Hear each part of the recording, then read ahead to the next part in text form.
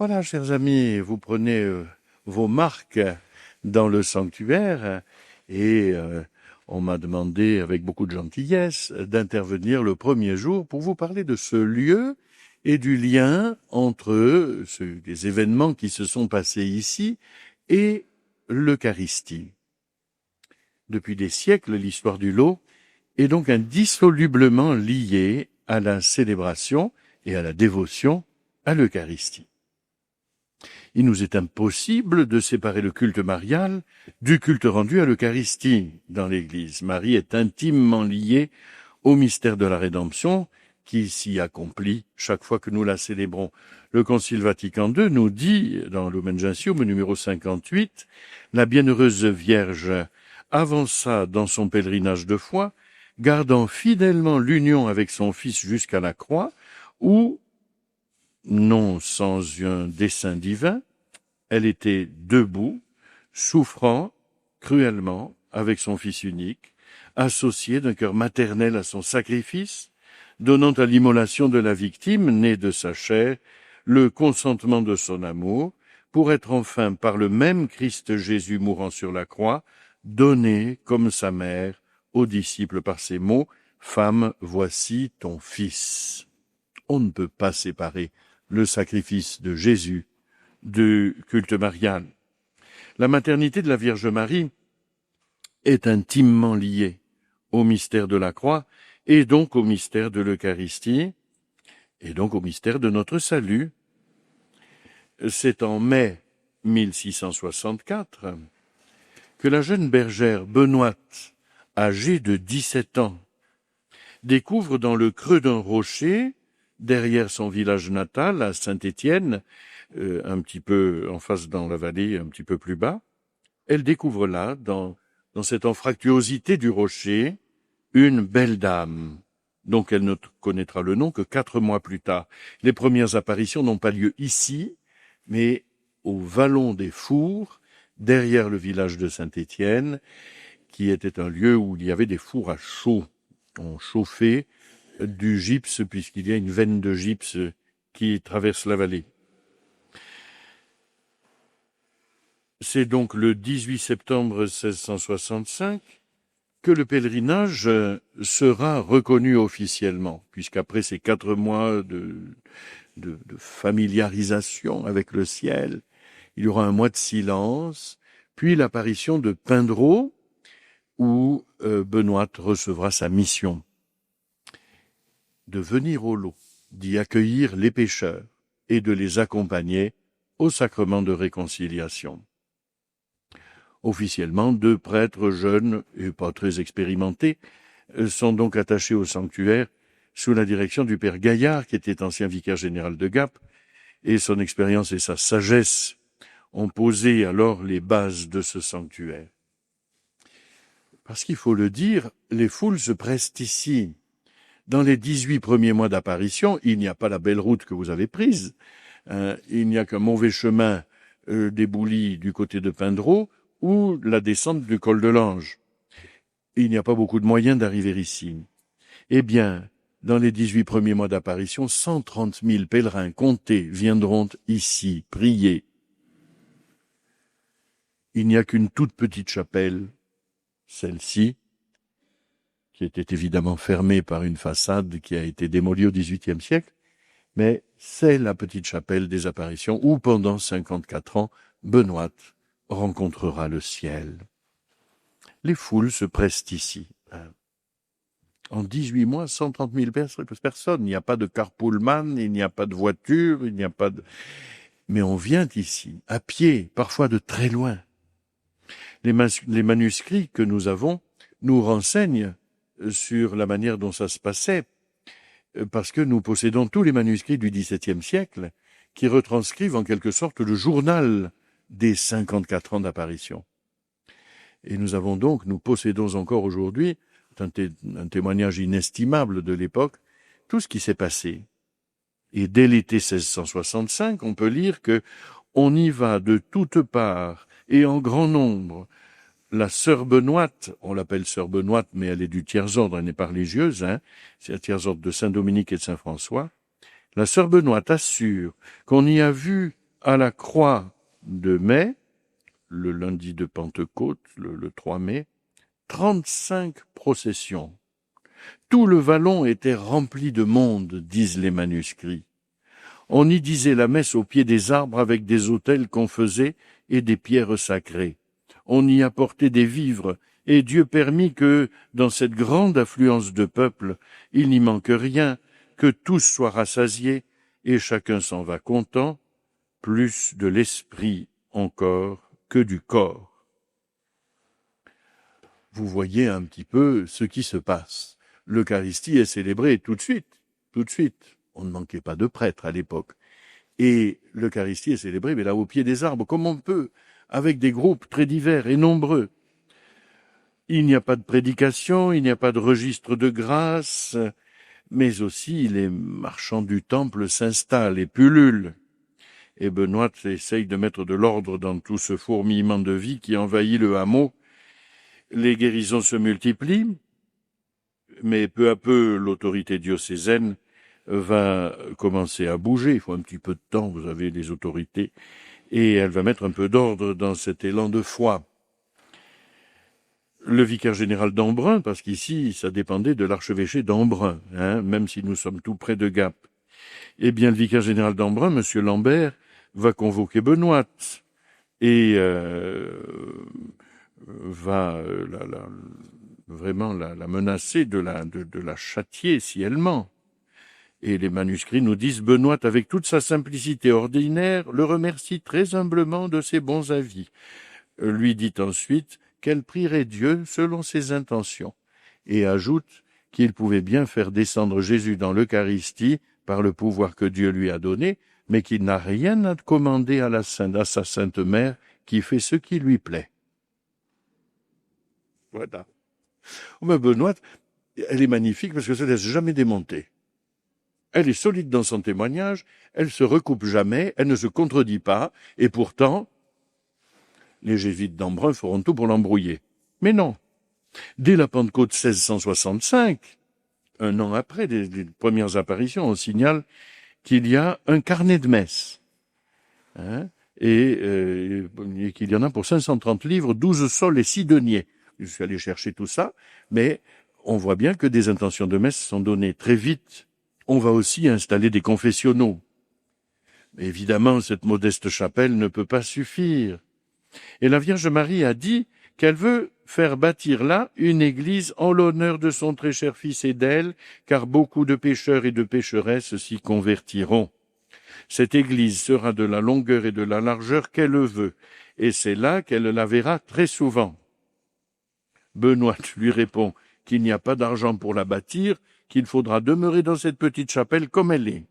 Marie lui dit de ne pas s'étonner, que quand il faudra bâtir, on trouvera tout ce dont on aura besoin, qui sera les deniers des pauvres, et il n'y manquera rien. La Sainte Vierge, elle la veut, cette église. Benoît la met devant la réalité. Il dit, écoutez, Sainte Vierge, vous êtes bien gentille, mais il faudra vous contenter de la petite chapelle. Et la Sainte Vierge dit, non, non, non, non. Les deniers des pauvres y pourvoiront. Et il n'y manquera rien. Donc merci de vos contributions qui permettent de faire vivre le sanctuaire. Aujourd'hui encore. En conséquence, dans le règlement de la maison, établi par les deux vicaires généraux de Gap et d'Embrun, le 16 septembre 1665, vous voyez, on commence à mettre de l'ordre, on prévoit un agrandissement de la petite chapelle afin d'y disposer de 2 ou 3 autels.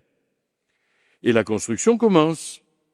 Et M. Gaillard, le vicaire général de Gap, précise « Tout est venu des dessins des deniers des pauvres, ce qui montre que c'est l'ouvrage de Dieu, un prodige d'admiration. » La liturgie de cette église de campagne devait être bien simple dans notre vallée si pauvre, Mais voici que Benoît va être convoquée à l'archevêché d'Embrun pour y subir un interrogatoire.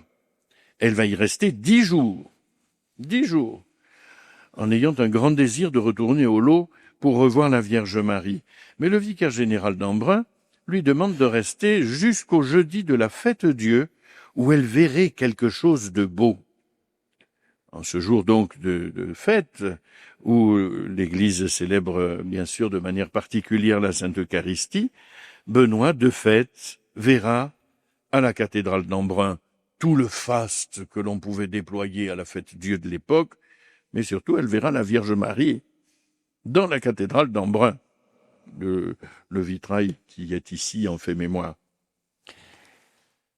L'abbé Pétieux, qui avait en charge les célébrations du sanctuaire, dès le début rapporte les faits. Presque durant toute la prédication, et elle n'écoutait pas trop ce qu'on disait, je suppose, comme beaucoup de paroissiens, elle s'extasia d'un si admirable objet. Ceux qui en avaient soin crurent en une pâmoison. La Mère de Dieu lui dit de ne s'étonner et que les ennemis du lot seraient confondus. Et l'abbé Gaillard complète le récit. Elle eut l'honneur de voir la Divine Marie pendant qu'on disait la grand-messe, habillée en reine, une couronne sur la tête, toute éclatante de lumière. Quand on commença à jouer de l'orgue, ce qui surprend Benoît, la Mère de Dieu lui apparaît et lui dit de n'avoir pas peur, que ce sont de petits instruments pour honorer son très cher fils, dont c'était la plus grande fête, la marque de son amour infini. Et quantité d'autres belles choses dont elle ne se souvient plus et qu'on n'a pas eu le soin d'écrire, mais que j'ai su depuis que ce lieu lui serait bien contraire à la dévotion du lot, mais qu'il fallait avoir bon courage, bien prier son très cher fils, faire toujours de bonnes œuvres, souffrir très patiemment tout ce qu'on ferait contre elle et contre le lot. Mais tous les ennemis de ce saint lieu seront un jour confondus. Il faut dire qu'à la cathédrale d'Embrun, il y avait une dévotion à Notre-Dame du Réal qui apportait évidemment des subsides à la cathédrale et que le sanctuaire du Lot venait là pour faire concurrence directe au chapitre d'Embrun qui ne l'entendait pas de cette oreille et qui dénigrait les apparitions du Lot.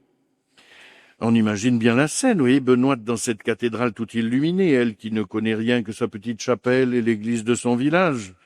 Benoît qui est là dans cette cathédrale tout illuminée, un décor impressionnant, subjugué par l'orgue qu'elle n'avait jamais entendu. Voilà, la Vierge couronnée renvoie à Embrun au culte local donc de Notre-Dame du Réal.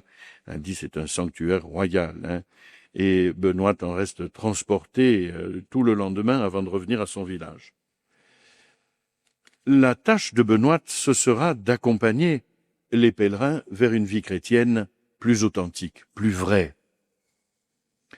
Le chemin de la perfection n'est pas réservé aux religieux et aux religieuses. Soyez parfaits comme votre Père céleste est parfait. Et Benoît a ce souci toujours d'une vie chrétienne plus parfaite. Elle luttera toute sa vie contre le péché. Vous savez, le péché, c'est pas joli. Voilà. Et dès que des gens se déplacent, dès qu'il y a des attroupements, comme disait saint François de Sales, là où il y a de l'homme, il y a de l'hommerie. Et puis il y a des dames aussi. Et la prostitution est un fléau à cette époque, où on meurt de faim. Les soldats ne cessent de hanter ces vallées. La misère pousse les familles à ses extrémités. Et Benoît ne cessera pas de lutter contre ce fléau qui touche aussi le sanctuaire. Tous ces gens qui laissaient leur ferme pour venir jusqu'ici, pensaient que ça n'arrivait que une ou deux fois dans la vie. Alors c'était un peu la bamboche, comme aurait dit le général. Benoît lutte contre ce fléau, et elle reprendra avec vigueur le clergé qui est mal formé, désœuvré dans ces villages, qui se laissaient aller à des conduites scandaleuses. C'est pas d'hier. Les gentilshommes n'y échapperont pas.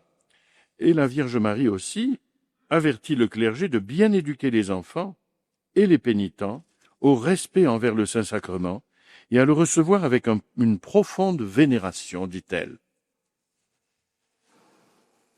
Benoît sera l'objet de plusieurs apparitions bien plus frappantes, en particulier de 1673 à 1679. Pendant ces 6 années-là, eh bien Benoît verra le Christ en croix, au lieu dit le Précieux Sang, la petite chapelle du Précieux Sang qui est en dessous du grand parking en bas, et au débouché du vieux chemin qui venait d'Avançon. Il y avait une croix là sur ce vieux chemin, on l'appelait la croix d'Avançon. Et Benoît se rendait à cette croix 3 fois par semaine, pieds nus, même dans la neige, pour prier au pied de la croix. Et là, pendant ces 6 années, à 5 reprises, Benoît verra le Christ en croix. Cette grande croix en bois dur, devant laquelle Benoît aimait prier, a été conservée dans un reliquaire qui est attaché au sommet du plafond de la chapelle du Précieux Sang. Elle est dans un reliquaire aujourd'hui, cette croix où Benoît a vu le Christ souffrir sur la croix. Et ces visions sont certainement l'approche eucharistique la plus frappante et la plus éducative pour nous. Je me permets de vous lire quelques extraits encore des manuscrits. C'était en l'année 1673, au mois de juillet, un vendredi. Benoît moissonnait avec plusieurs autres personnes dans une terre qui était à la chapelle et en présence de quelques étrangers, lorsque par un mouvement de l'Esprit divin, elle quitte la compagnie, s'en va à cette croix sur laquelle elle vit notre divin Sauveur. Et le vicaire général rajoute en marge, après avoir questionné Benoît, tout ensanglanté, qui lui dit « Ma fille, je me fais voir en cet état, afin que vous participiez aux douleurs de ma passion. » Le recteur de l'époque écrit ce qui est merveilleux, c'est que depuis, tous les vendredis, elle était crucifiée, son corps étendu en forme de croix, ses pieds l'un sur l'autre, ses doigts tant soit peu fermés et rétrécis, aussi moins pliables qu'une barre de fer. Mais en échange de si grandes douleurs, elle était très souvent visitée par la très auguste reine de l'univers, qui la laissa dans cette souffrance jusqu'à ce que nous commençâmes à bâtir. Elle lui dit « Vous n'aurez plus ces souffrances du vendredi. Vous êtes nécessaire pour distribuer les vivres à cette grande quantité d'hommes qui viendront des villages pour ôter le terrier et disposer la place pour le logement des prêtres. Ceux-ci n'y peuvent vaquer à cause du confessionnal. » Et oui, les prêtres ne cessent de confesser et ils peuvent pas trop s'occuper d'enlever la terre qui est sur le côté là où est bâtie la première aile de l'hôtellerie. Elle date, c'est dans le projet de la Sainte Vierge, elle veut une maison pour accueillir les pèlerins et loger les prêtres qui confesseront. Et donc ces travaux se mettent en route tout de suite après l'église. Donc ça va s'arrêter pendant 2 ans et la bergère n'éprouvera plus plus ses souffrances. Et elle fait la cantinière pour les ouvriers qui viennent pour bâtir l'hôtellerie.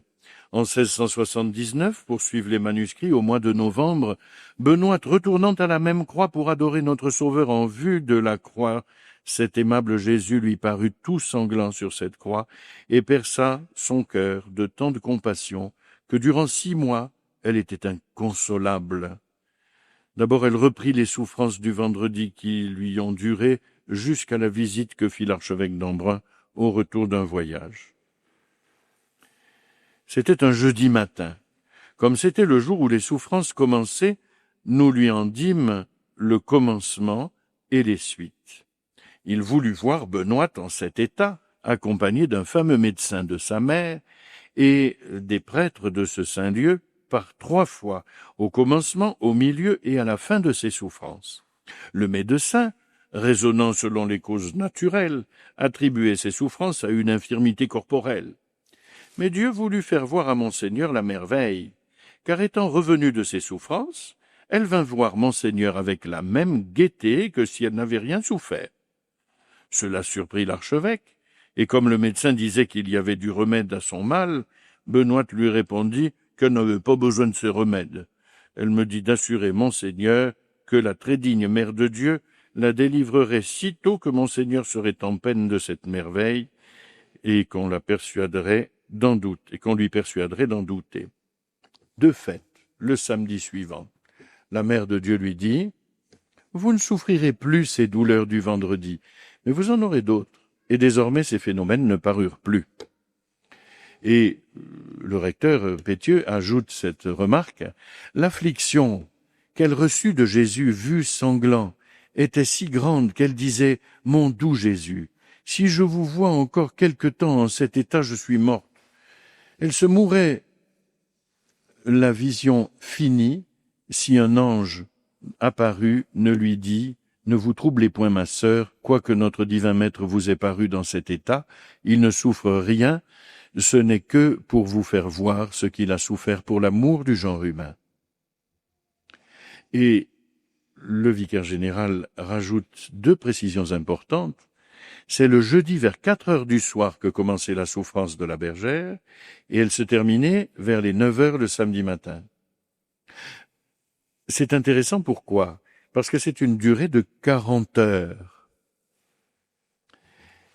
Alors, je pense, je ne sais pas si vous savez, mais il y avait une dévotion des 40 heures, une supplication devant le Saint-Sacrement, et pendant 40 heures, cette dévotion qui a lieu encore dans certains lieux, pendant 40 heures, on se relaie 2 à 2, le plus souvent, avant le début du carême.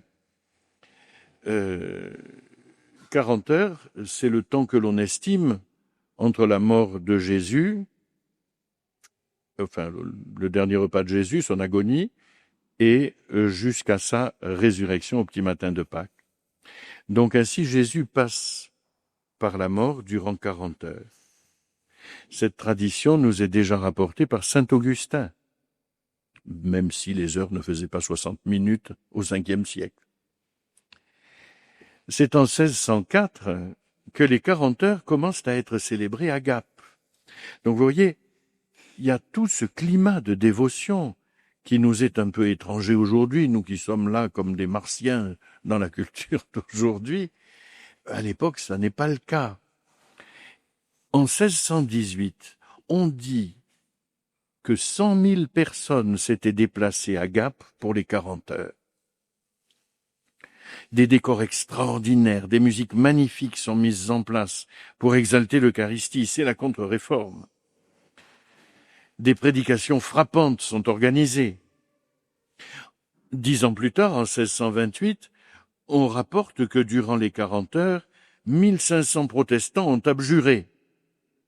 Et on écrit que les hérétiques qui venaient des plus hautes montagnes du Dauphiné, entrant dans l'église et la voyant paraître en une si grande pompe et magnificence, éclairée avec tant de lumière pour honorer le très saint sacrement, étaient exposés en évidence, se mettaient d'abord à genoux, croyant d'être dans le paradis, et disaient tout haut: vive l'Église romaine qui est si magnifique, et non pas le temple des ministres qui a des étables à bêtes. Bon, c'est la contre-réforme, vous savez. Alors il y a une liturgie un peu hollywoodienne, mais qui va frapper, évidemment, les pauvres paysans de montagne du Dauphiné, et qui va les amener à rejoindre l'Église catholique.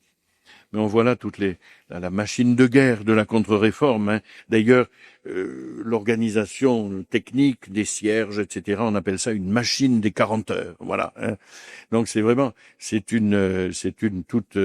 une dévotion de l'époque, mais qui nous rappelle que cette crucifixion mystique de Benoît, on peut pas parler de stigmate, c'était pas une stigmatisation, mais Benoît va la vivre en union avec le Christ en croix et avec le Christ mort dans l'attente de sa résurrection, et cela pendant plus de 9 ans. Benoît vit donc, durant ces heures-là, de très grandes souffrances. Elle s'unit à l'offrande de Jésus. Elle s'unit au sacrifice rédempteur du Christ. Mais Benoît n'a rien d'une névrosée pour autant. Elle a un don réel de profonde sympathie avec la souffrance des autres, et évidemment celle de Jésus. Mais rappelons-nous que dès l'âge de 13 ans, elle ne s'alimente qu'une semaine sur 2 en donnant son pain aux enfants de la veuve Astier, qui l'employait comme bergère. C'est le premier tableau qu'on a là. À 13 ans, elle se nourrissait qu'une semaine sur 2. Elle disait, je mangerai la semaine prochaine chez mon autre patron. Sa patronne ne pouvait lui donner qu'un peu de pain qu'elle ne donnait pas à ses enfants. Alors Benoît le faisait passer au petit. Elle avait 13 ans. Peu à peu, dans l'écoute des pèlerins aussi, Benoît va découvrir l'horreur du péché. Imaginez-vous que cette bonne fille, dans ce village perdu, n'avait pas idée de la puissance du péché et de l'horreur du mal. Et sa compassion devant l'horreur du péché, sa compassion pour les pécheurs se fait plus ardente. Elle multiplie les prières, les veilles nocturnes, les pénitences corporelles. À 26 ans, Benoît a un cœur pour la miséricorde. On reprend dans les manuscrits que la vision de la crucifixion produit en elle une impression ineffaçable. Elle est bouleversée en contemplant l'agneau immolé, le Christ sanglant du calvaire. Voilà ce que notre Maître a souffert pour l'amour du genre humain. Voyez, elle a cette sensibilité si vive, Benoît. C'est ça qui nous la rend à la fois si proche et si... c'est une compagne pour chacun et chacun des pèlerins. On peut rappeler ici la coïncidence qui est souvent signalée entre Benoît et la voyante du Sacré-Cœur, Sainte Marie Marguerite Marie. C'est le jubilé des apparitions du Sacré-Cœur cette année. Elles sont nées toutes les deux en 1647, et c'est la même année, 1673, qu'elles reçoivent la même intense révélation de l'amour du Sauveur pour le monde pécheur. Voyez, il y a vraiment la volonté du Seigneur de révéler la puissance de son amour en cette période précise. Benoît, un vendredi de juillet,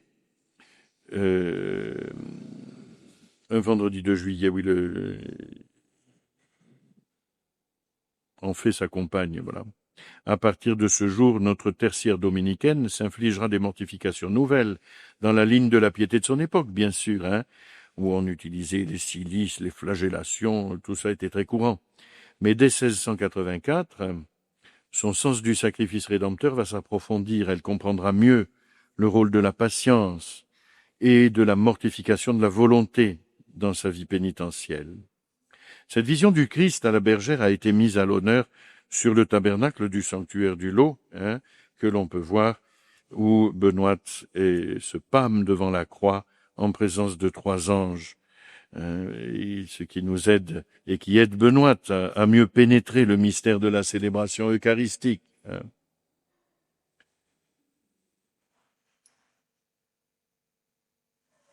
Nous entendons souvent, je sais pas, ça doit vous arriver comme moi, et c'est pas d'hier. Oh, vous savez, si on fait du bien, c'est comme si on allait, c'est pas la peine d'aller à la messe, il suffit de faire du bien, quoi. Voilà. Il suffit de faire du bien. L'un vaut bien l'autre, Eh bien, en 1673, dans les manuscrits, on peut lire un solitaire, un ermite, demande à Benoît s'il ne valait pas mieux prier Dieu dans sa solitude que d'aller à la messe où l'on peut être distrait en voyant le monde. Non, dit-elle, car le sacrifice est d'un mérite infini. Si l'on y va bien recueilli, on mérite infiniment plus que dans sa cellule. Oui, Benoît le remet sur le droit chemin, y compris des ermites. Benoît a aussi des apparitions durant la messe, ici même, dans cette église, parce que l'église telle que vous la voyez, c'est l'église qui a été construite par Benoît. Et Benoît a des apparitions pendant la messe. On rapporte en 1680. À une grand-messe, Benoît voit jusqu'à la consécration un ange en l'air et parfois sur la crédence qui la salue en riant et qui regarde en souriant ceux qui la servaient et l'entendaient, ce qui montre que cela lui faisait un grand plaisir. Ce fut une grande consolation pour cette fille. Benoît vit avec le ciel. Voyez, nous, ça nous surprend. Nous qui sommes là tellement englués dans la glèbe, eh bien, Benoît vit avec le ciel. Les anges, les saints, tous restent là devant la Vierge Marie. Elle vit avec le ciel. Et des miracles ont lieu aussi pendant la messe. Une dame aveugle tombée de l'épilepsie. Benoît l'amène à la messe. Elle recouvre la vue à l'élévation du Saint-Sacrement, guérie de l'épilepsie et ne tombe plus, comme on a su après, en 1692. En tout état de cause, Benoît demeure auprès des pèlerins, un apôtre infatigable du sacrement du pardon. C'est sa mission principale. L'Eucharistie, vous savez, on y communie très peu au XVIIe siècle. C'est très rare de communier. Mais on se confesse. On a une vive conscience de son péché. Mais on ne se confesse pas assez, trouve encore Benoîte. Que dirait-elle aujourd'hui, hein?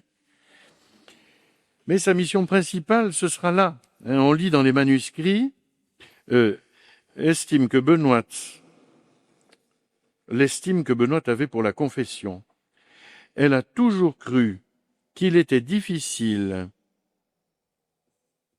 de s'en passer parce qu'on ne pouvait approcher avec trop de pureté du très auguste mystère. Et pour elle, ses péchés étaient si grands qu'elle n'avait osé aller à la sainte table sans se confesser.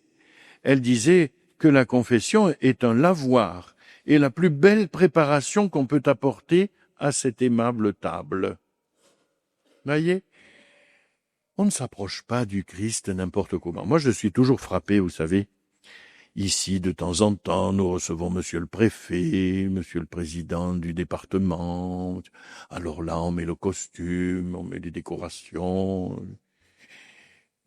Et puis quand on vient à la messe, on est avec un vague t-shirt, machin, alors qu'on rencontre le roi des rois, le seigneur des seigneurs.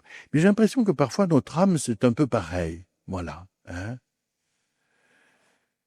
Sur le plan mondain, on se prépare bien à faire une belle conversation, etc. Et quand on va rencontrer le Seigneur, on arrive avec une âme qui n'est pas propre. Alors le lavoir, c'est là-bas, hein. Et Benoît, ça la touche, vous voyez. C'est une fille toute simple, mais enfin Dieu est Dieu, quoi. Elle nous remet devant la transcendance du don de Dieu. On communie au corps du Christ. Communier au corps du Christ, ça peut changer notre vie. Encore dans les manuscrits, en 1685, une personne visiblement touchée par le démon vient au lot. Par les remontrances que Benoît lui fait, elle la porte à faire une bonne confession générale, à implorer le secours de la Vierge Marie et à lui faire des prières particulières pour ce sujet. Elle suit les conseils et les avis de Benoît, fait une bonne confession générale, conçoit un regret extrême d'avoir offensé Dieu, et communie. Effet miraculeux de la grâce, après sa communion et son action de grâce, on la voit toute changée, son visage serein, son ton de voix et sa parole sont tout autres, ses discours mieux réglés, plus doux et mieux suivis qu'ils n'étaient. Une belle communion, préparée comme il faut, vivre l'Eucharistie comme une transformation de notre être. Voilà l'expérience qui se vit ici. Mais de 1692 à 1712, pendant 20 ans, ici, l'archevêque janséniste d'Embrun enverra des prêtres jansénistes. Leur travail, c'est de mettre fin au pèlerinage. Voilà. Ils sont nommés ici pour ne rien faire. Ils ne confessent pas et ils renvoient les gens, ils disent, allez voir dans votre paroisse. Benoît est interdite d'accès à la basilique. Il la dénigre. Et puis, il renvoie les pèlerins. Et Benoît ne peut pas communier parfois même. On lit qu'en 1700, le jour de Notre-Dame des Anges ou de la Portioncule, Benoît vit des anges sur l'autel. Elle prend alors la clé de la chapelle. Les anges lui dirent, c'est aujourd'hui une grande fête, voudriez-vous communier? Hélas, comment communier puisqu'il n'y a personne pour me confesser? L'ange lui dit, peu importe, je vous donnerai la communion. Vous n'avez pas fait de péché qui vous empêche de communier. L'ange lui donne la communion en mettant la sainte hostie au milieu de sa langue. Pendant ce temps, l'autre ange se tenait dans un très profond respect, les mains jointes, bien inclinées, autant que l'autre qui donnait la communion à Benoît. Après sa communion, l'ange lui dit, « Éteignez les cierges et allez dans votre chambre faire votre action de grâce. » Ce qu'elle fit, en le remerciant, elle lui dit, « Bel ange, j'ai à cette heure ce qu'il me faut. » Benoît vit avec le ciel, vit avec le ciel. Si au commencement, Benoît ne communiait qu'une fois par mois, à partir de 1671, elle va communier et se confesser tous les 8 jours, ce qui est exceptionnel à cette époque. Le jour de Noël, en 1718, Benoît reçoit le viatique. Elle arrive à la fin de ses jours. En effet, si en 1712 les prêtres jansénistes sont chassés du sanctuaire, une nouvelle équipe va venir ici. Ce sont les pères de Sainte-Garde dans le Vaucluse qui vont accepter cette mission et ils vont redonner du souffle au pèlerinage. Ils remettront Benoît au cœur du pèlerinage et elle verra renaître ce pèlerinage pour lequel elle s'était donné toute sa vie. Après 20 ans de vie en catimini dans sa petite chambre, où là, elle vivra ses apparitions, où elle recevra les pèlerins. Mais 6 ans plus tard, en 1718, à la fin du mois de décembre, voilà que Benoît arrive à la fin de ses jours. Elle demande le viatique.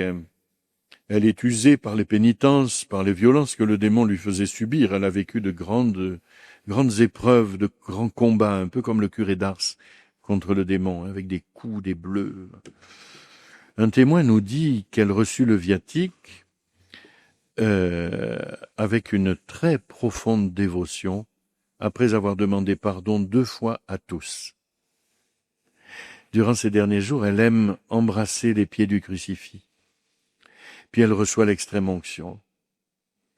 Et le prêtre qui était là à l'époque dit « Je m'approchai alors d'elle, je lui fis prononcer plusieurs fois le nom de Jésus et de Marie, je lui prêtai le crucifix qu'elle prenait entre ses mains, tenant sa bouche collée contre les pieds de son divin époux. Ma bonne sœur, lui dis-je alors, nous sommes vos enfants, ne voulez-vous pas leur donner votre bénédiction ?» Elle répondit aussitôt, « C'est à la bonne mère de vous la donner. » Et tout aussitôt elle sortit la main du lit et nous dit, « Je vous la donne bien volontiers, mes bons pères. » Elle s'en excusa par respect, cependant elle ne voulut pas nous refuser cette consolation. Et cette scène touchante, elle méritait d'être connue, elle a été retranscrite, qui marque bien les liens d'affection qui unissaient Benoît avec envers les chapelains. Il y avait un lien très profondément enraciné dans la prière et l'amitié. Le prêtre poursuit, nous nous réunîmes pour dire nos offices en attendant de revenir avec elle toute la nuit, mais Dieu en ordonnant autrement. Sur les 8 heures, elle dit adieu à ses nièces, à monsieur le prieur, à toute la compagnie. Elle dit qu'on alluma son cierge. Elle demanda à monsieur le prieur de lui faire la recommandation de l'âme. Elle dit la mort vient comme un larron sans dire gare. Elle demanda à sa filleule Benoît et à sa chère Isabelle de dire les litanies de l'enfant Jésus. Et là, c'est magnifique. Et tout aussitôt, levant les yeux vers le ciel entre les bras de ses nièces, et la venue des anges qu'elle donnait à connaître par son visage riant, elle décéda joyeusement. Et son âme, selon qu'on le peut pieusement croire, fut portée dans le ciel par les esprits bienheureux. Vous voyez, tous les combats, toutes les austérités de Benoît que nous n'avons pu qu'évoquer rapidement, sont toujours compensés par les douceurs du ciel et par la joie du ciel. Ce sanctuaire est très marqué par le sourire de Marie. En effet, les 2 premiers mois d'apparition au Vallon des Fours, dont nous parlions tout à l'heure, derrière le village, c'est un lieu absolument magnifique. Si vous ne le connaissez pas, ça vaut le coup d'y faire un petit tour. On peut y aller en voiture. Et c'est un lieu naturel, tellement authentique, tellement beau. Et ces 2 premiers mois d'apparition au Vallon des Fours, il n'y a pas de message. La belle dame, comme elle dit, apparaît souriante. C'est le sourire du ciel, sourire qui illumine la vie de Benoît, qui lui donne une joie qui n'est pas de ce monde. Et tout au long de sa vie, ce sourire de Marie va la rejoindre, jusqu'à devenir le sien. Et vous voyez, c'est ça que je trouve très beau, c'est que elle décéda joyeusement. Vous vous rendez compte? Ce n'est pas un adverbe qu'on mettrait avec le verbe décéder. Eh bien oui, elle décéda joyeusement. Le sourire du ciel est devenu le sien. Elle vit avec le ciel, elle vit du ciel, elle vit du bonheur de communier à la vie du Christ, et elle décéda joyeusement. Retenons donc que Benoît a toujours lutté contre la médiocrité des chrétiens qui montaient au lot. Elle est une apôtre de la perfection chrétienne. Et l'Eucharistie demeure à ses yeux le grand et sublime trésor confié à l'Église. On se centre sur la confession au lot, bien sûr, mais c'est toujours en vue de l'Eucharistie, c'est toujours en vue de la communion avec Dieu. C'est le grand trésor. On ne peut pas s'en approcher en n'importe quel état, dit-elle. Ben oui. Ayons cette délicatesse envers Dieu, envers l'Eucharistie, de ne pas la recevoir n'importe quand, n'importe comment. On aperçoit parfois des pèlerins qui arrivent juste au moment de la communion, alors ils arrivent, ils passent par la porte, ils communient, puis ils s'en vont. Il y a même une dame une fois qui m'a dit « Vous pouvez pas me donner une hostie parce que ça me fera un souvenir ?» Je lui ai dit ah, « Non, madame, le magasin des souvenirs, c'est là-bas. Hein, voilà, ça marche pas comme ça. Hein, voilà. » Ah ben j'ai promis d'apporter la communion à ma grand-mère depuis le lot. J'ai dit, écoutez, vous habitez à Toulon, il doit y avoir des églises à Toulon quand même. Hein. Bon. Benoît remet de la verticalité dans nos vies. Elle nous remet devant Dieu. Hein. Et devant ce qu'on peut appeler nos devoirs. C'est sa grâce à Benoît, de nous remettre sur le chemin de la vérité de nos vies, de la beauté de la grâce, et de la douceur de la miséricorde. Voyez-vous, puisse cette grâce continuer à éclairer tous les pèlerins qui viennent ici chercher la rencontre véritable avec Dieu. Benoît vit avec le ciel, et elle nous invite, nous aussi, chacun de nous, à vivre avec le ciel. L'Eucharistie est évidemment le levier le plus puissant pour nous aider à réaliser dès cette terre que le royaume de Dieu est proche. Bonne journée et bon pèlerinage à tous.